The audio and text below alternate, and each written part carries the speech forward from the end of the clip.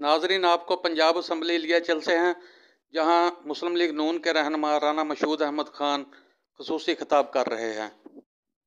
और वो बरी हो जाता है।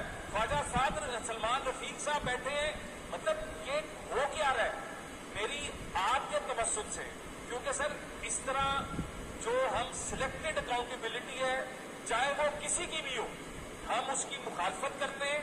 चंद दिन पहले इसी तरह आपके हवाले से भी जो खबरें आना शुरू हुई और नैब ने उसके ऊपर जो बात की, हम सिर्फ ये चाहते हैं कि नैब अपना हाउस इन ऑर्डर करे।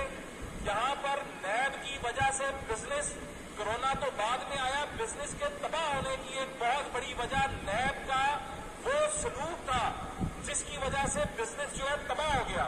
तो मैं आज यहाँ पर ये कहना चाहूंगा कि हमजा शहबाज असीर जमहूरियत है।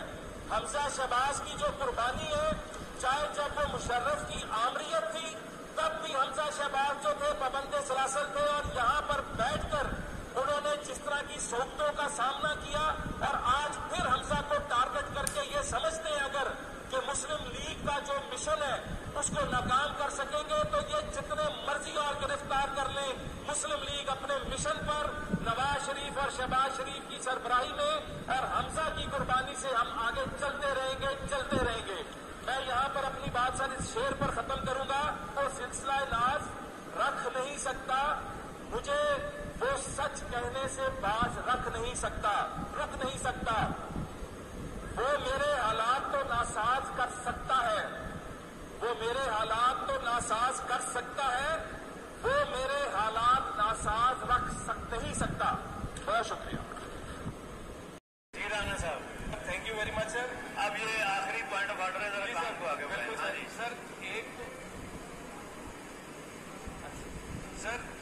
तो आपका शुक्रिया कि आपने जो पेफ के मामले में खुद दिलचस्पी ली और आपने इकट्ठा किया, लेकिन सर बदकिस्मती से ये जो बाहर आए हैं ये इसलिए आए हैं कि आपके नोटिस लेने के बावजूद इनके ऊपर FIR कटाई गई हैं और इनको असातिज़ा को गिरफ्तार किया गया।